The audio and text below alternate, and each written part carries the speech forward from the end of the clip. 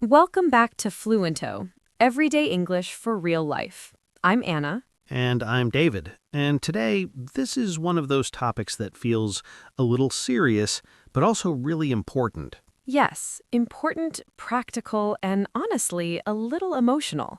Today we're talking about how to talk to the police in English, especially in real-life emergency situations. And even if you hope you never need this English, which I think we all hope, it's still English that gives you confidence, because emergencies don't wait for perfect grammar. Exactly.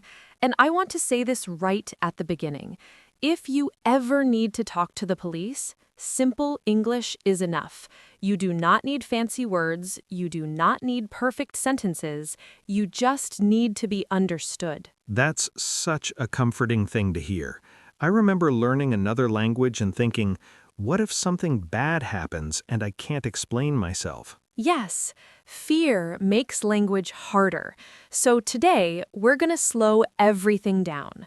We'll talk naturally, like two people, but we'll also gently explain words, phrases, and cultural ideas. And we'll share some real stories too, not dramatic TV-style police stories, but real everyday moments. Because real life is usually quieter, slower, and more human than movies. Absolutely. So, Anna, maybe we can start with something very simple. When people hear "talk to the police," they often imagine handcuffs, shouting, danger. Yes, and that image can be very scary, especially if you come from a country where police interactions are very tense. Or unsafe. Or unsafe, yes. In English-speaking countries, especially the US, Canada, the UK, Australia, police culture can feel very different. Not perfect, but different. I think that's a good place to start. The idea that police are not only for criminals. Exactly. Police are also helpers. You can call the police because you are lost, because someone stole your phone, because there was an accident, because you feel unsafe. Or because you witnessed something strange and you're worried. Yes. So let's imagine a very simple situation. You're walking and your wallet is stolen. Already stressful. Very stressful. Your heart is beating fast, and now you need English. This is where people panic and think, I don't know the word for wallet, I don't know the past tense. And here's the beautiful thing. You can say, my wallet is gone. That's it. Or someone took my wallet. Or even, wallet gone, stolen. Yes, short sentences are okay. Broken English is okay. Police officers are trained to listen to people who are scared, injured, confused, or not fluent. And usually they will slow down for you. They may ask simple questions. Like, when did this happen? Or where were you? Let's pause on that for a moment. Those two questions are very common. Yes. When did this happen means time.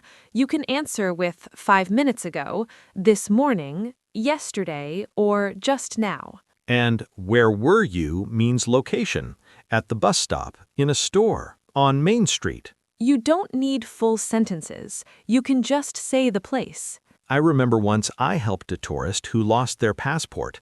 The police officer was incredibly patient. That's a big fear for many travelers. Yes, the person kept saying, passport, no, hotel, gone, and the officer understood. That's such a good example. Communication is more than grammar. It's context, tone, gestures. And honesty. Always honesty. If you don't understand a question, it is completely okay to say, sorry, I don't understand. Or, can you repeat, please? Or, please speak slowly. Those three phrases are powerful. And respectful. There's also a cultural thing here. In English-speaking cultures, saying please and thank you, even in stressful moments, is very common. Yes, it doesn't mean you're not serious. It means you're polite. And politeness can make communication smoother. Let's talk about emergencies, real emergencies. The kind where your hands shake. Exactly. Let's imagine you see an accident. Someone falls. Someone is hurt. Your brain freezes. And you need to call the police or emergency services. In the US, the number is 911. In the UK and many other places, it's 999 or 112. But the English you use is similar. Very similar. The operator might say, "What is your emergency?" That sounds like a big question. It does, but your answer can be very small. Someone is hurt. There is an accident. I need help. Those are enough. Then usually they ask, where are you? Location again. Street name, building, store, anything you can see.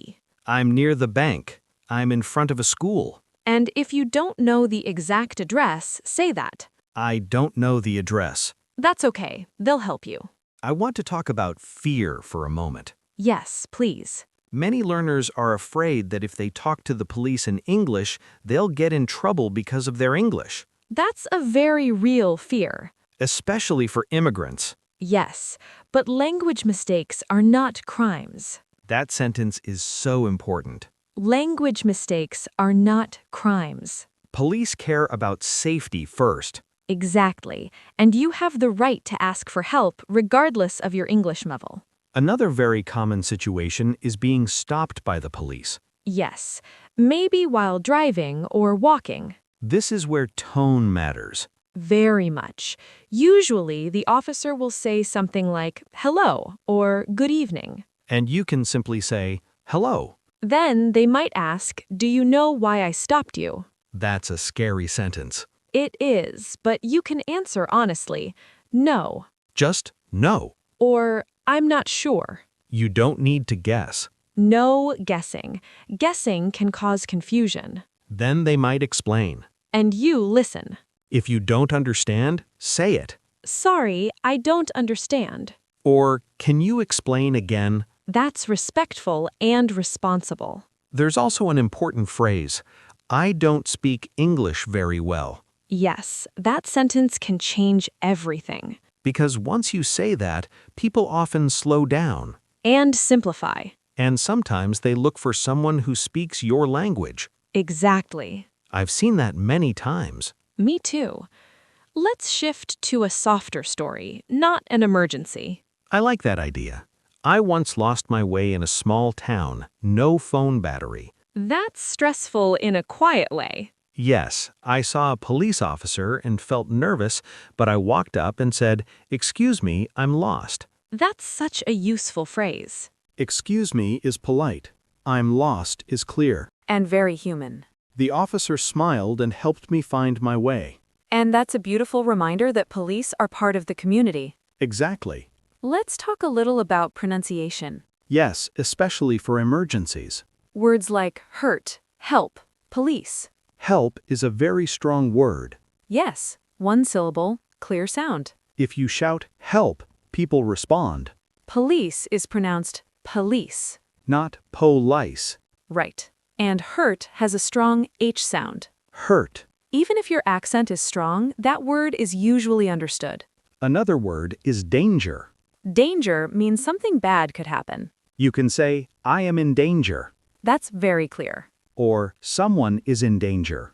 These phrases matter. Let's talk about emotions now. Yes. When people talk to police, they might cry, shake, or feel embarrassed. And that's okay. It's human. Police officers see people on their worst days.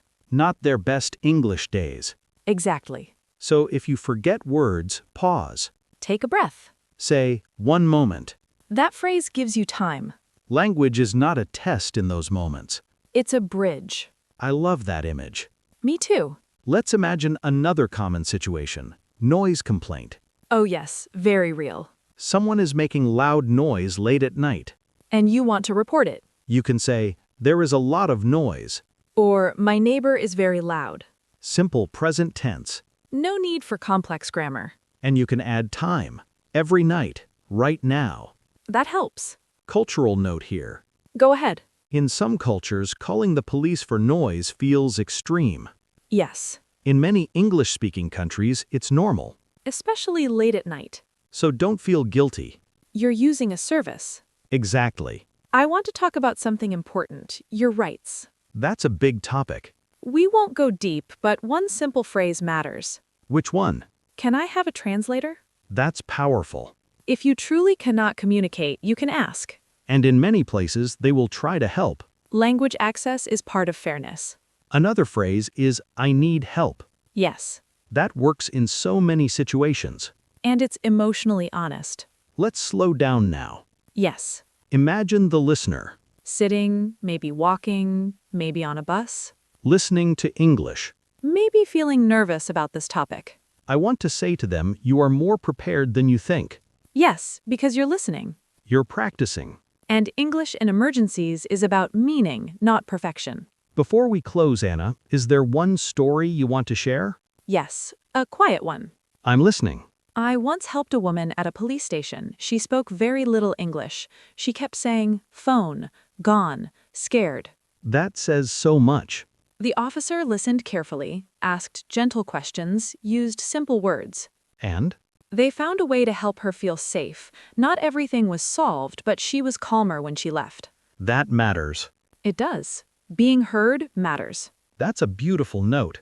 So, to everyone listening, remember this. Your English does not need to be perfect to protect you. Your voice matters. Your story matters. And every time you practice English, even by listening right now, you're building confidence. If you've ever had to use English in a difficult moment, we invite you to share your story. Even a short one. In simple English. Practice is life. And life is the best teacher.